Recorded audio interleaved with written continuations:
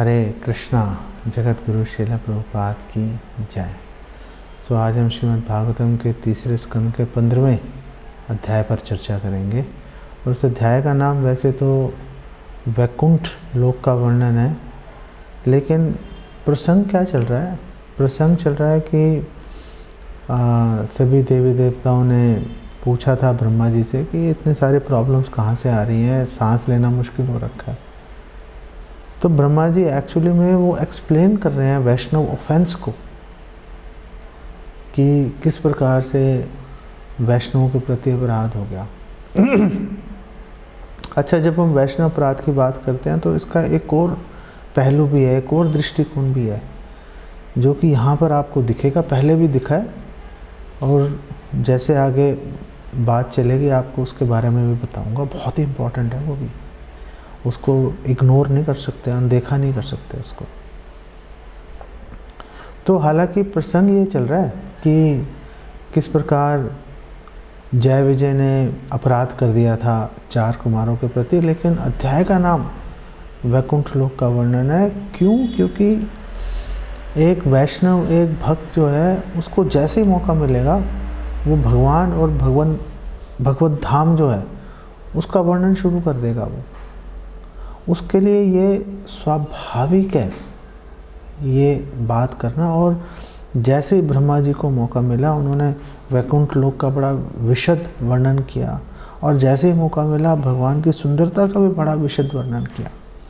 तो ये महत्वपूर्ण बात है जानना कि आप बोल सकते हो कि कैसे पता लगेगा कि कोई भक्त जो है वो एडवांस्ड है या नहीं है। बल पता चलेगा कि वो कितना उत्सुक है, कितना लालायित है भगवत धाम और भगवान नाम और स्वयं भगवान के ऐश्वर्य का, उनकी सुंदरता का वर्णन करने के लिए। दूसरी जो महत्वपूर्ण बात जो इस अध्याय में मिल रही है, आप डिटेल में आप स्वयं पढ़िए इसको, लेकिन जो महत्वपूर्ण बात यह है कि देवी देवताओं को जब भी कोई प्रॉब्लम आती है वो भगवान को अप्रोच नहीं करते सीधा। वो जाएंगे ब्रह्मा जी के पास, जाएंगे शिव जी के पास, जाएंगे उनसे पता करेंगे कि आखिर क्या प्रॉब्लम है, क्यों हो रहा है, क्या करना चाहिए इसके लिए। ये हमारे लिए भी बड़ी महत्वपूर्ण बात है कि हम लोगों को जब भी कोई प्रॉब्लम्स आए तो हमें हमेशा वरिष्ठ वैष्णव और गुरु के पास में जाना चाहिए और उनसे पूछना चाहिए कि हमें ये प्रॉब्लम्स आ रही हैं, आखिर इसका क्या सलूशन है। प्रॉब्लम क्या है कि जब कोई समस्या आती है तो उस समय जब हमें वैष्णव का अधिक से अधिक संग लेना चाहिए, उस समय हम वैष्णव से दूरी बनाने का बेसिकली प्रयास करते हैं। ये अच्छी बात नहीं है। उससे क्या होता है कि बेसिकली हमारा ही नुकसान होता है। तीसरी बात जो यहाँ पे इस अध्याय में हमें पता चल रही है कि गुरु और वरिष्ठ वैष्णव के पास जाने का, उनसे जिज्ञासा करने का सही तरीका क्या है। तो जब इंद्र आदि जितने सब देवी देवता हैं ब्रह्मा जी के पास गए, पहली बात उन्होंने ब्रह्मा जी की स्तुति की, ब्रह्मा जी को ग्लोरीफाई किया उन्होंने, और उन्होंने बोला कि हम पूरी तरह से कन्विंस्ड हैं, हमें पूरी फेथ है, श्रद्धा है कि आप सर्वज्ञ हो, आप सब चीज़ों के बारे में जानते हो, आप पे काल का प्रभाव नहीं है, और आपके पास वो क्षमता है कि आप हमारी समस्या का निदान कर दोगे, हमारी समस्या हल कर दोगे। इसको बोलते हैं गुरु निष्ठा। गुरु निष्ठा जो है, गुरु निष्ठा वो कुंजी है एक भक्त के भक्ति में बेसिकली आगे बढ़ने के लिए। और देखा जाए तो ये बात सही भी है, ब्रह्मा जी जो है वो ज्ञानवान है ही, सर्वज्ञ हैं ही ब्रह्मा जी। ब्रह्मा जी को स्वयं भगवान से ज्ञान प्राप्त हुआ है, भगवान ने उनके हृदय में भी ज्ञान प्रकट किया, और जब भगवान स्वयं प्रकट ही हो गए थे तो ब्रह्मा जी ने उनसे अनेक प्रश्न पूछे, उनसे अनेक जिज्ञासाएं की, और भगवान ने उसको उत्तर दिया। तो दोनों दृष्टिकोण से जब देखा जाए तो ब्रह्मा जी को जानकारी है ही, इसलिए इस अध्याय में ब्रह्मा जी को विज्ञान वीर्य, रियलाइज्ड नॉलेज है ब्रह्मा जी के पास में, रियलाइज्ड नॉलेज है। और श्रील प्रभुपाद यहाँ पे उसका ट्रांसलेशन कर रहे हैं कि ओरिजिनल सोर्स हैं वो नॉलेज के। ओरिजिनल सोर्स नॉलेज के क्यों है भाई? ओरिजिनल सोर्स तो कृष्ण है। लेकिन जिसने भगवान कृष्ण की शरण ले ली वो भी ओरिजिनल सोर्स नॉलेज पे पहुंच गया, वो कोई डिफरेंस नहीं रहता दोनों में। अच्छा, अब दिति की बात करें, ब्रह्मा जी दिति की बात कर रहे हैं कि दिति ने काम वासना से, प्रेम से प्रेरित होकर नहीं, काम वासना से प्रेरित होकर दिति ने, अब गर्भाधान तो हो गया और दिति को पता भी चल गया कि वो मेरे गर्भ में दो बड़े महान जो हैं दैत्य असुर मेरे गर्भ में उन्होंने प्रवेश कर लिया।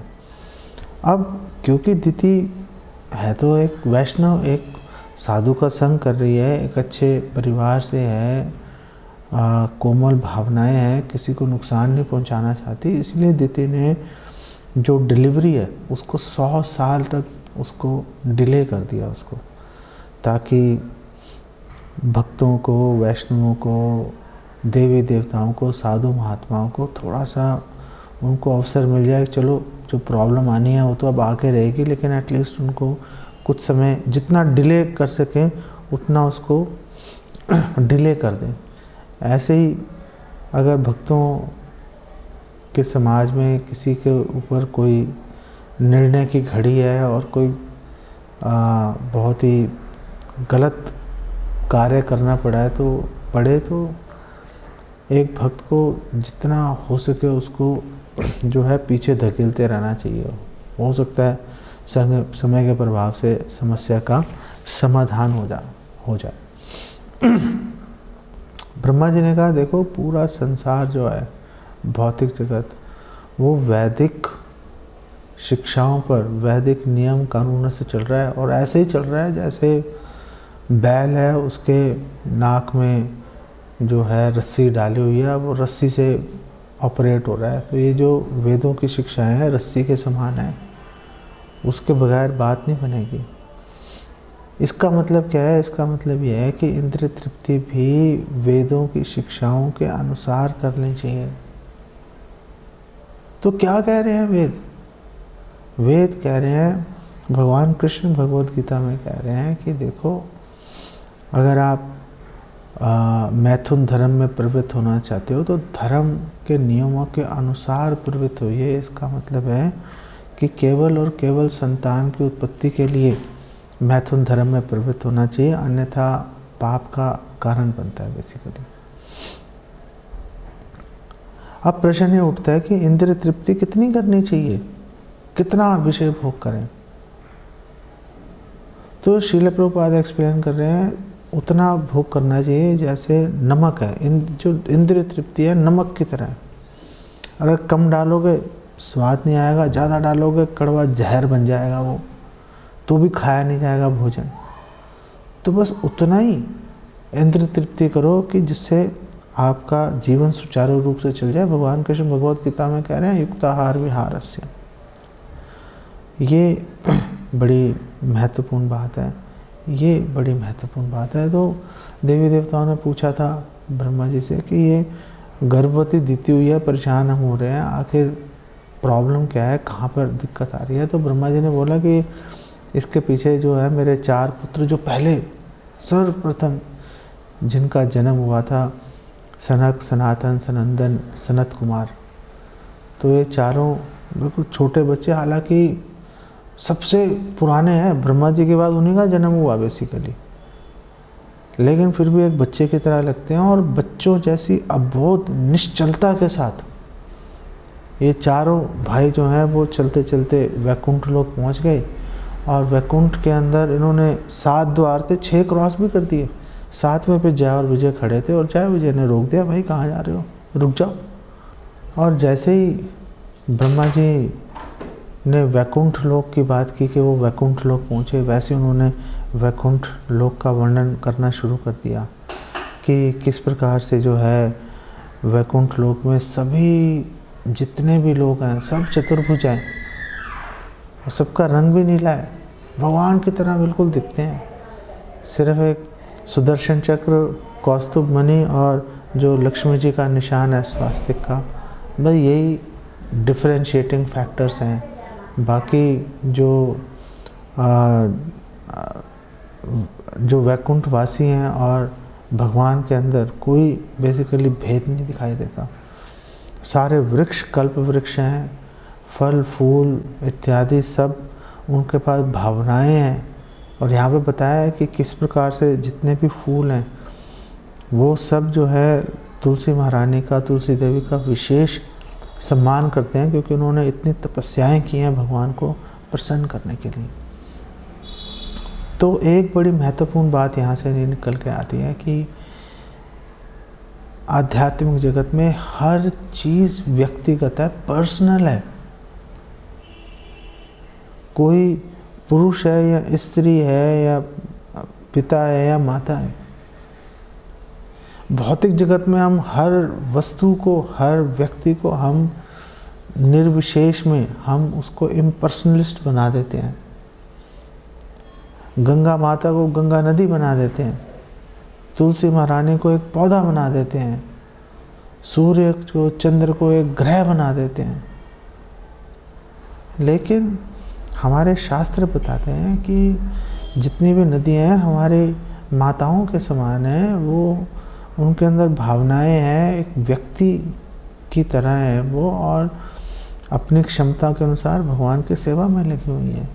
भक्ति में आगे बढ़ना है तो हमें पहले इस बात को समझना पड़ेगा कि गोवर्धन या हिमालय कोई पर्वत नहीं है, वो भगवान के भक्त हैं और भगवान की सेवा कर रहे हैं। हरिदास वर्यो गोपियाँ कह रही हैं कि जो गोवर्धन है वो भगवान के सबसे बड़े सेवक है। सेवक कैसे हैं? क्योंकि एक व्यक्ति है, उनके पास भावनाएं हैं, वो स्वेच्छा से भगवान की सेवा में जुड़े हुए हैं। वैकुंठ का वर्णन करते करते ब्रह्मा जी ने बोला, देखो वहाँ पे जितने भी लोग हैं सबके पास अपने अपने एरोप्लेन्स हैं। ये साइकिल स्कूटर कार पर नहीं चलते, वो अपने पर्सनल एरोप्लेन्स हैं सबके पास में। और वैदुर्य, मरकट, स्वर्ण, इसके इन पदार्थों के जो हैं, इन मेटल्स के बने हुए हैं, फूलों के विमान बने हैं, पुष्पक विमान मंत्र से चल रहे हैं, कोई पोल्यूशन नहीं है, करोड़ों विमान चल रहे हैं, कोई आपस में नहीं टकरा रहा। अरे ऐसा कैसे है? कोई आपस में नहीं टकरा रहा। आप भौतिक जगत में देख लो, यहाँ कितने करोड़ों मच्छर हैं, कोई आपस में नहीं टकराता, सब चलते रहते हैं। तो जब मच्छरों के पास ये सुविधा प्राप्त है भौतिक जगत के अंदर, आध्यात्मिक जगत में, वैकुंठ लोक में, तो मतलब कोई बात ही नहीं है।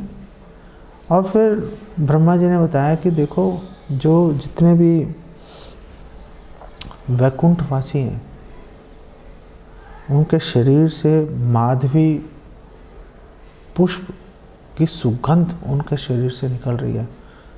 विमान पर बैठ के चल रहे हैं और शरीर से माधवी फ्लावर्स की खुशबू निकल रही है। कैसे निकल रही है? क्योंकि वो जोर जोर से भगवान का गुणगान कर रहे हैं, जोर जोर से भगवान का गुणगान कर रहे हैं, उसी से उनको ये ऐश्वर्य प्राप्त हो गया। अब जब सारे वैकुंठवासी भगवान का गुणगान कर रहे हैं तो फिर जो वहाँ पे पक्षी हैं वो कैसे पीछे रह सकते हैं? वो भी पूरी ताकत से भगवान के गुणगान में व्यस्त हैं। लेकिन अचानक सारे पक्षी शांत हो जाते हैं, चुप हो जाते हैं, मौन हो जाते हैं। क्यों? क्योंकि अचानक वहाँ पे एक भ्रमर, बम्बल बी आ जाता है और वो बहुत ही उच्च स्वर के अंदर भगवान का गुणगान करना शुरू कर देता है। सब लोग मौन होके उसका गुणगान सुनना शुरू कर देते हैं। तो ये तो चलो पुरुषों की बात हुई कि वो विमानों में चल रहे हैं, सब चीज़ें। जो स्त्रियां वो क्या कर रही हैं? तो ब्रह्मा जी ने कहा है जो स्त्रियां हैं, बेसिकली स्त्रियां तो बिल्कुल लक्ष्मी देवी की तरह सुंदर हैं सारी। अच्छा, लेकिन उनकी खासियत क्या है कि उनकी सुंदरता, उनके जो पति हैं उनमें काम वासना नहीं जगाती। सेवा की भावना जगाती हैं। कैसे? क्योंकि वो सेवा में लगे रहती हैं। वैकुंठ में क्या सेवा कर रही हैं वो वहाँ पे फर्श पे, दीवारों पे पोछा लगा रही हैं, साफ कर रही हैं। अरे लेकिन वहाँ तो धूल है ही नहीं। वैकुंठ जगत में तो धूल नहीं है, धूल तो भौतिक जगत में है। तो वो पोछा लगा रही है, ज़रूरत भी नहीं है, लेकिन फिर भी लगा रही हैं भगवान को प्रसन्न करने के लिए, भगवान को संतुष्ट करने के लिए। आप भी जब मंदिर जाएं तो अवश्य कोई ना कोई विनीत भाव से सेवा करनी चाहिए। डस्टर लेके, झाड़ू लेके वहाँ पे अवश्य भगवान की प्रसन्नता के लिए हमें साफ सफाई और कोई भी और सेवा है वो सेवा हमें करनी चाहिए। ब्रह्मा जी ने कहा इतनी ऐश्वर्यशाली है वैकुंठ लोक, लेकिन कितने दुख की बात है, भौतिक जगत में लोग इधर उधर की बात करते रहेंगे, वैकुंठ जगत की बात नहीं करेंगे। भक्ति सिद्धांत सरस्वती ठाकुर ने बोला कि वो कई मैगजीन्स निकाल रहे थे, लोगों ने बोला कि अरे आप इतनी सारी मैगजीन्स छाप रहे हो आप। तो भक्ति सिद्धांत सरस्वती ठाकुर ने बोला इस घटिया भौतिक जगत के अंदर घटिया देश है भारत, और उसमें एक घटिया सिटी है, एक स्टेट है वेस्ट बंगाल, कलकत्ता, उसके बारे में 10 अखबार रोज छप रहे हैं। आध्यात्मिक जगत जो अनंत है और जिसमें भगवान के अनंत लीलाएं चल रही हैं, भगवान के भक्तों की अनंत लीलाएं चल रही हैं, क्या मैं नहीं छाप सकता? मैं और 50 छापूंगा, और रोज़ उन जो न्यूज़पेपर्स हैं, वो जो पत्रिकाएं हैं, डेली बेसिस पे छापूंगा, क्योंकि इतना कुछ है बताने के लिए। हम लोग 1 मिनट भी भगवान के बारे में, भगवत धाम के बारे में 1 मिनट भी हम जानकारी प्राप्त नहीं कर सकते। तो एक महत्वपूर्ण बात यह है कि जब 4 कुमार पहुँचे थे 7वें दरवाजे पे वैकुंठ के, उन्होंने जय विजय को देखा तो जय विजय सेम एज के दिख रहे थे। तो श्रील प्रभुपाद एक्सप्लेन कर रहे हैं वो सेम एज के इसलिए दिख रहे थे क्योंकि वहाँ पे आयु है ही नहीं, सब एजलेस है वहाँ पे। जन्म मृत्यु जरा व्याधि दुख दोषानुदर्शनम वहाँ पर नहीं है। यत पदम पदम यत विपदा वहाँ पे नहीं चलता है। ये सारा काम सब यहीं के टंटे हैं। ये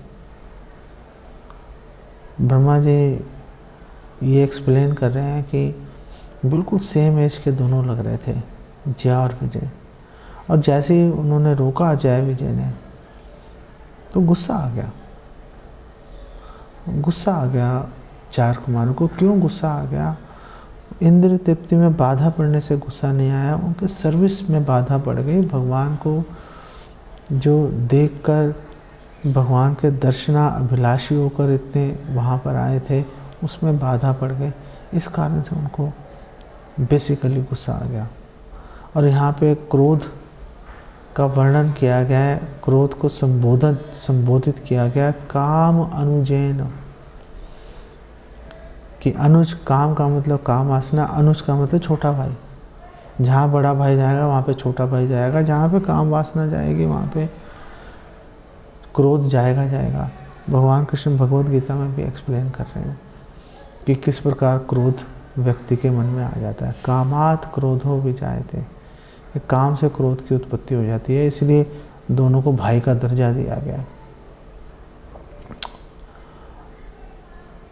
श्रील प्रभुपाद एक बात और एक्सप्लेन कर रहे हैं कि जो 4 कुमार हैं बेसिकली सन्यासी हैं, और सन्यासियों को कहीं भी जाने से कोई नहीं रोक सकता। सन्यासी किसी से कुछ भी मांग सकते हैं, उनको देना ही पड़ेगा। जैसे एक सन्यासी आए थे श्री नित्यानंद प्रभु के पिता के पास, और उन्होंने बोला आप क्या चाहते हैं? उस सन्यासी ने कहा अपना पुत्र दे दो, इकलौता पुत्र, वो भी नित्यानंद प्रभु गुणों के धाम। मना नहीं कर पाए, दे दिए, और वहीं पे खड़े रहे। जाने के बाद उनके वहीं खड़े रहे, और वहीं खड़े खड़े उन्होंने दम तोड़ दिया। लेकिन एक सन्यासी को उन्होंने मना नहीं किया, उन्होंने कि नहीं नहीं, मैं आपको नहीं दूंगा। महाराज दशरथ ने मना करने की कोशिश की थी विश्वामित्र को लेकिन वशिष्ठ जी ने बोला नहीं, आप मना नहीं कर सकते, आपको पूरा ही करनी पड़ेगी बात, आपको भेजना पड़ेगा, जो मांग लिया, वो बात वहाँ पे कट नहीं सकती। तो अब 4 कुमारों को जब गुस्सा आ गया तो वो आपस में बात कर रहे हैं, जय विजय सामने खड़े हैं, कोई ध्यान नहीं दे रहे उस पर, जय विजय पे आपस में बात कर रहे हैं। वो बोल रहे हैं कि ये जो विषम स्वभाव के व्यक्ति ये कौन है, ये कहाँ से आ गए, वैकुंठ में तो विषम स्वभाव का व्यक्ति आ ही नहीं सकता, ये तो बेसिकली इनको ये भूल गए, इनको ये सर्विस दी गई थी, ये इन्होंने इसको अपना हक मान लिया, ये समझना शुरू कर दिया कि मतलब हम ही हैं सब सर्वे सर्वा। ये इस बात को भूल गए कि ये सिर्फ ऑर्नामेंट है। आध्यात्मिक जगत में, वैकुंठ लोक में कोई विषम स्वभाव का व्यक्ति तो प्रवेश कर ही नहीं सकता, तो इनको रोकने का अधिकार नहीं है। लेकिन इन्होंने फिर भी रोक लिया। क्यों रोक लिया? क्योंकि ये स्वयं विषम स्वभाव के हैं, ये खुद ही इम्पोस्टर्स हैं, चीटर्स हैं, इसलिए दूसरे को भी ये धोखेबाज और गलत व्यक्ति समझ रहे हैं। इनका इस आध्यात्मिक जगत में विषम स्वभाव के व्यक्तियों का कोई काम नहीं है। इनको भौतिक जगत में जाना चाहिए जहाँ पे कि 3 शत्रुओं का इनको सामना करना पड़ेगा, इच्छाएं, काम वासना और क्रोध। अब सामना करेंगे, अपने आप इनकी अकल ठिकाने आ जाएगी। जय विजय घबरा गए, जय विजय घबरा गए, जय विजय उनके पैरों में गिर पड़े और जय विजय ने उनसे माफ़ी मांगी कि प्लीज़ आप हमें माफ़ कर दीजिए, आपका जो श्राप है वो तो पूरा होके ही रहेगा, आपका जो श्राप है वो तो पूरा होके ही रहेगा, लेकिन आप प्लीज़ आप ये सुनिश्चित कीजिए हमारे जो ग्लानि को देखकर जो हम थर थर काँप रहे हैं, हमारे मन में क्षोभ है कि हमने आपसे ऐसा गलत व्यवहार किया, आप प्लीज़ ऐसी दया कीजिए कि भगवत स्मृति घ्नो, कि भगवान की स्मृति नष्ट ना हो जाए। हम तो नीचे से नीचे गिरते ही रहेंगे भौतिक जगत में, लेकिन आप प्लीज़ ऐसी दया कीजिए कि भगवान की विस्मृति ना हो जाए, भगवान की विस्मृति ना हो जाए। और जैसे ही ये वार्तालाप हो रहा था, एकदम भगवान वहाँ पर पहुँच गए लक्ष्मी देवी के साथ में, और यहाँ पे बता रहे हैं कि किस प्रकार भगवान का सौंदर्य का उन्होंने वर्णन किया और बताया कि कैसे लक्ष्मी देवी सुंदर तो हैं, लेकिन भगवान जो हैं, भगवान की सुंदरता लक्ष्मी देवी की सुंदरता को भी मात कर रही है। तो प्रश्न उठ गया कि भगवान की सुंदरता लक्ष्मी देवी की सुंदरता को मात कैसे कर रही है। बहुत ध्यान देने योग्य बात है कि वो मात इसलिए कर रही है क्योंकि वैकुंठ लोक में जो भक्त हैं वो भगवान को सर्वाधिक आकर्षक देखना चाहते हैं, सर्वाधिक आकर्षक देखना चाहते हैं, क्योंकि एक भक्त, क्योंकि जितने भक्त हैं वो भगवान को सबसे सुंदर देखना चाहते हैं, इसलिए भगवान वहाँ पर लक्ष्मी देवी की सुंदरता को मात कर रहे हैं। लेकिन गोलोक धाम में उल्टा चल रहा है।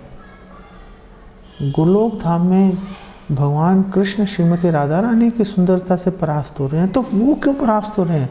वो भी इसलिए परास्त हो रहे हैं क्योंकि जो भक्त हैं वो गोलोक धाम में उनकी इच्छा रहती है कि श्रीमती राधा रानी सबसे सुंदर हो। सारी बात जो है भक्तों की चेतना, भक्तों की ध्यान के ऊपर चलती है। भगवान कितने सुंदर दिखाई देंगे हमारे चेतना के ऊपर निर्भर करता है। तो कितना बड़ा दायित्व है। भगवान कितने दयालु हैं कि उन्होंने अपनी सुंदरता का दायित्व ही हमारे ऊपर सौंप दिया। उन्होंने कि भाई तुम देखो मुझे कितना सुंदर बनना है। और हम लोग भौतिक जगत में बेसिकली फंस जाते हैं। एक बात श्रील प्रभुपाद यहाँ पर और बोल रहे हैं कि इस भौतिक संसार में अष्ट सिद्धियों को प्राप्त करना बहुत ही कठिन काम है। असंभव तो नहीं है, लेकिन बहुत कठिन काम है, लेकिन बड़ा प्रयास करना पड़ेगा। चलो मिल जाएंगी, लेकिन बहुत ही सरलता से ये आठों सिद्धियाँ एक भक्त को प्राप्त हो सकती हैं। कैसे? योगेश्वर कृष्ण की शरण लेकर। भगवान सारी सिद्धियों निधियों के स्वामी हैं। अगर हम भगवान कृष्ण की शरण लेंगे तो भगवान कृष्ण की शरण लेने के माध्यम से हमारे में सारी वो जो भगवान का ऐश्वर्य है हमारे में परिलक्षित, हमारे में दिखना शुरू हो ही जाएगा। और श्रील प्रभुपाद कह रहे हैं अपने हम लोगों को केवल अपने शरीर के बारे में जानकारी है, लेकिन भगवान को सबके शरीर के बारे में जानकारी है। सुपर कॉन्शियस है वो। हम ऐसी स्थिति कैसे प्राप्त कर सकते हैं? अगर हम अपनी कॉन्शियसनेस को भगवान के सुपर कॉन्शियसनेस में निवेशित कर देंगे तो हमें भी वो ऐश्वर्य प्राप्त हो सकता है। भक्त जो हैं वो भी दूसरों के हृदय की बात जान जाते हैं। जैसे एक पुत्र एक बार पिता की गोदी में चढ़ गया तो उतना ही ताकतवर है जितना पिता है। ऐसे ही अगर हम भगवान कृष्ण की शरण लेंगे वही ऐश्वर्य वही ताकत प्राप्त हो जाएगी जो भगवान के पास है। चार कुमारों के साथ एक खास बात जो बड़ी महत्वपूर्ण इस अध्याय में क्लियर किया गया कि चार कुमार तो बेसिकली इम्पर्सनलिस्ट थे, निर्विशेषवादी थे, भगवान के निर्विशेष स्वरूप से जुड़े हुए थे। तो फिर वैकुंठ लोक में कैसे पहुंच गए और कैसे उन्होंने भगवान के दर्शन ही कर लिए? तो यहाँ पे एक्सप्लेन कर रहे हैं, यद्यपि वो निर्विशेषवादी तो थे, इम्पर्सनलिस्ट तो थे, लेकिन उन्होंने ब्रह्मा जी से भगवान के व्यक्तित्व के बारे में, भगवान की सुंदरता के बारे में उन्होंने जानकारी प्राप्त कर ली थी। लेकिन क्योंकि अभी उन्होंने भगवान के दर्शन नहीं कर पाए थे, वहाँ तक पहुँच नहीं पाए थे, इसलिए कुछ मन में शंकाएं थी। लेकिन जैसे ही उन्होंने भगवान के जो किंजल मिश्रित तुलसी, भगवान के चरणों को अर्पित जो सैफरन केसर युक्त तुलसी जो भगवान के चरणों में अर्पित थी, जब उसकी सुगंध उनके नासिकाओं में गई, उन्होंने सूंघी तो संक्षोभ उनके पूरे शरीर में, मन में विकार आ गया, भगवान के प्रति भावनाएं जागृत हो गई। अब वो निर्विशेषवाद के पीछे नहीं जा रहे थे। इसका मतलब ये है कि हमारे मन में कैसे ही विचार क्यों ना हो, अगर हम प्रमाणिक स्रोत से अगर हम भगवान के बारे में, भगवान की सुंदरता के बारे में, भगवान के ऐश्वर्य के बारे में सुनेंगे तो हमें भगवान का दर्शन प्राप्त होने की पूरी संभावना है। जब चार कुमारों ने भगवान के दर्शन किए, भगवान की सुंदरता के दर्शन किए, तो दो भाव इकट्ठे उनके हृदय में जागृत हो गए। पहली बात है, भगवान को देख के पूरी तरह से संतुष्ट हो गए, पूरी तरह से संतुष्ट हो गए। और दूसरा भाव जो बिल्कुल विरोधी भाव है कि उनके हृदय में तृष्णा जागृत हो गई। भगवान को बार बार देखे जा रहे हैं, मन नहीं भर रहा। ये कैसे हो रहा है? भगवान को देख के पूर्ण संतुष्टि भी हो गई और मन भी नहीं भर रहा। कितना विचित्र, कितना विचित्र भावनाएं चल रही हैं। चैतन्य महाप्रभु यही एक्सप्लेन कर रहे हैं। कृष्णदास कविराज गोस्वामी बता रहे हैं अंत्य लीला में कि चैतन्य महाप्रभु के शरीर में दो विरोधी भाव इतनी तीव्रता के साथ आक्रमण करते थे कि चैतन्य महाप्रभु का शरीर शिथिल हो जाता था। और चैतन्य महाप्रभु कहते हैं कि जो कृष्ण की मधुरता है वो तो बिल्कुल बहुत ही घातक विष की तरह है। पूरे शरीर को जला के राख कर देगी। अरे तो क्यों चख रहे हो? इतना मधुर है कि छोड़ा नहीं जा सकता, उसको छोड़ना संभव नहीं है। शरीर जल जाएगा तो जल जाएगा। विरोधी भाव आ जाते हैं, विरोधी भाव आ जाते हैं। ये बड़ी महत्वपूर्ण बात है। 4 कुमारों ने बोला भगवान को कि हमें तो आपके दर्शन पता नहीं कैसे आपकी दया से प्राप्त हो गए, लेकिन जो दुरात्मा है, जो रास्कल्स हैं, जो आपसे ईर्ष्या करते हैं, वो कभी भी आपके दर्शन नहीं कर सकते। ना हम प्रकाशा सर्वस्य योग माया समावृता। भगवान कृष्ण भगवत गीता में भी इसी विषय में भी बात कर रहे हैं। तो कैसे भगवान की कृपा प्राप्त होगी, कैसे भगवत कृपा से हम दर्शन कर पाएंगे? तो श्रील प्रभुपाद यहाँ एक्सप्लेन कर रहे हैं, बाय हियरिंग एंड चैंटिंग, श्रवण कीर्तन के माध्यम से। जब हम भगवान के बारे में श्रवण करेंगे और भगवान का कीर्तन करेंगे, उससे बात प्राप्त हो जाएगी। आखिरी जो महत्वपूर्ण बात है, जो एक दूसरा दृष्टिकोण है वैष्णव अपराध का, जिसके बारे में हमने बिल्कुल शुरू में बात की थी कि किस प्रकार जय विजय ने 4 कुमारों के प्रति अपराध किया। 4 कुमारों ने श्राप दे दिया उनको। लेकिन बात यह है कि जो जय विजय है वो भी तो वैष्णव है। फिर 4 कुमारों को उन्हें श्राप नहीं देना चाहिए था, सहन कर लेना चाहिए था। रुक जाते, भगवान आ जाते, भगवान दर्शन दे देते, भगवान समस्या का समाधान कर ही देते। लेकिन जय विजय को एक तरफ सुधारने के लिए उनको दंड देना आवश्यक भी था। ऐसा नहीं है कि दंड का प्रावधान नहीं होता। लेकिन 4 कुमारों के हृदय में एक ग्लानि आ गई थी कि हमने ठीक नहीं किया, हमें श्राप देने का कोई अधिकार नहीं था। इसी भावना को अपने हृदय में रखकर 4 कुमारों ने बोला, हे भगवान, हम लोग कहीं भी भौतिक जगत में नीचे गिर जाएंगे, कुछ भी हमारी परिस्थिति हो जाएगी, आप प्लीज़ आप ऐसी दया कीजिए कि हमें कभी आपकी विस्मृति ना हो। हम नरक में भी चले जाएं, फिर भी ऐसी दया कीजिए कि हमें कभी आपकी विस्मृति ना हो। ये दूसरा दृष्टिकोण भी बहुत महत्वपूर्ण है। जब श्रृंगी जो बालक है, शमिक ऋषि के पुत्र ने जब परीक्षित महाराज को श्राप दे दिया था, 7 दिन में मृत्यु हो जाएगी तक्षक के काटने से, तो शमिक ऋषि डर तो गए थे, विचलित तो हो गए थे। लेकिन महाराज परीक्षित के लिए विचलित नहीं हुए थे, अपने पुत्र के लिए विचलित हुए थे। भाई, तूने आखिर इतने महान वैष्णव को श्राप कैसे दे दिया? तेरे को इसका फल भुगतना पड़ेगा। दुर्वासा मुनि ने जो है